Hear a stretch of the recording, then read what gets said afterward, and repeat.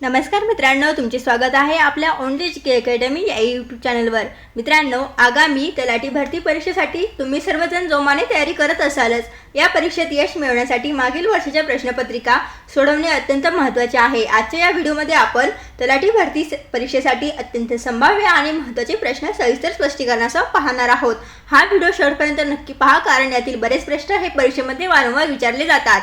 Video सुरू करण्यापूर्वी माझी एक छोटीशी विनंती आहे, जर तुम्ही अजूनही आमच्या चॅनलला सबस्क्राइब केले नसेल तर आताच खाली दिलेल्या लाल बटनावर क्लिक करून चॅनलला सबस्क्राइब करा आणि शेजारील बेल आयकॉनला नक्की दाबा। यामुळे तलाठी भरतीशी संबंधित सर्व नवीन अपडेट्स, सराव पेपर्स आणि महत्त्वाचे व्हिडिओ तुमच्यापर्यंत सर्वात आधी पोहोचतील। चला तर मग वेळ न घालवता आजच्या या प्रश्नपत्रिकेला सुरुवात करूयात। बघा, प्रश्न पहिला काय दिलेला आहे, तर प्रश्न पहिला आहे, भारताचा राष्ट्रीय खेळ कोणता मानला जातो? भारताचा राष्ट्रीय खेळ कोणता मानला जातो? तर बघा, पर्याय दिलेले आहेत। ए पर्याय आहे क्रिकेट, बी पर्याय हॉकी, सी पर्याय कबड्डी आणि डी पर्याय आहे फुटबॉल। तर दिलेल्या पर्यायांपैकी योग्य उत्तर तुम्ही नक्कीच कमेंट करायचं आहे। भारताचा राष्ट्रीय खेळ कोणता आहे?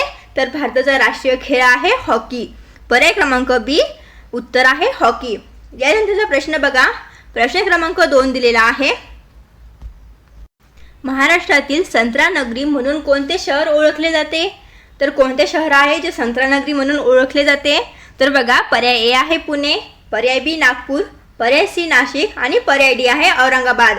तर उत्तर काय आहे? पर्याय क्रमांक बी नागपूर। महाराष्ट्रातील संत्रा नगरी म्हणून नागपूर हे शहर ओळखले जाते। बघूया त्यानंतरचा प्रश्न। प्रश्न क्रमांक 3, भारतीय संविधानात एकूण किती मूलभूत अधिकार आहेत?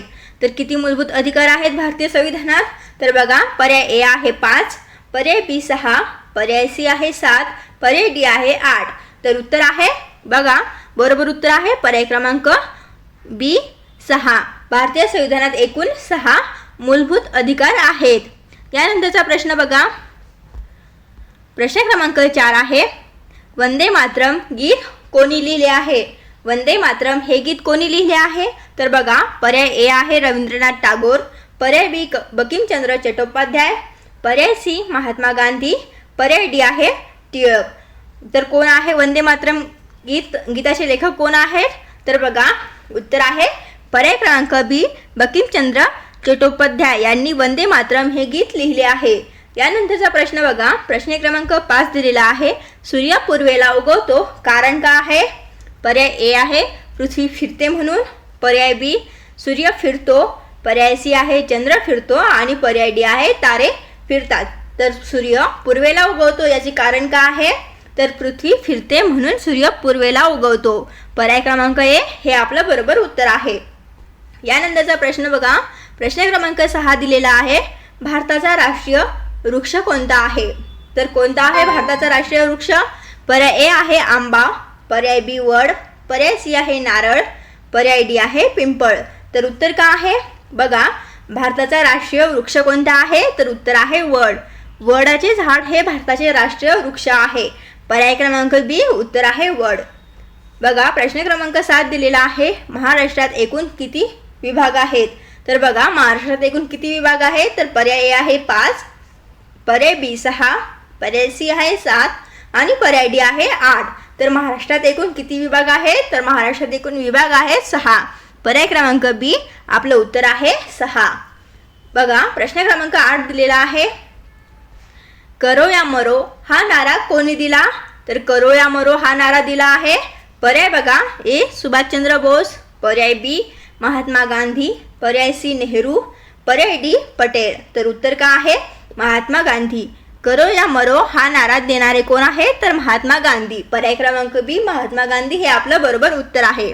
बघा, प्रश्न क्रमांक 9 काय आहे, संगणकातील CPU चे पूर्ण स्वरूप काय आहे? CPU चा फुल फॉर्म काय आहे? बघा, पर्याय ए सेंट्रल प्रोसेस युनिट, पर्याय बी सेंट्रल प्रोसेसिंग युनिट, पर्याय सी कंट्रोल प्रोसेसिंग युनिट आणि पर्याय डी सेंट्रल प्रिंट युनिट। तर उत्तर काय आहे? उत्तर आहे पर्याय क्रमांक बी सेंट्रल प्रोसेसिंग युनिट। CPU चा लॉंग फॉर्म पर्याय क्रमांक बी सेंट्रल प्रोसेसिंग युनिट। बघूयात नंतरचा प्रश्न। प्रश्न क्रमांक 10, भारतातील सर्वात उंच धरण कोणते आहे? तर कोणते आहे भारतातील सर्वात उंच धरण? बघा पर्याय ए आहे कोयना, पर्याय बी भाकरा नांगल, पर्याय सी टिहरी, पर्याय डी जायकवाडी. तर उत्तर काय आहे? भारतातील सर्वात उंच धरण कोणते आहे? तर टिहरी धरण हे भारतातील सर्वात उंच धरण आहे. पर्याय क्रमांक सी उत्तर आहे टिहरी.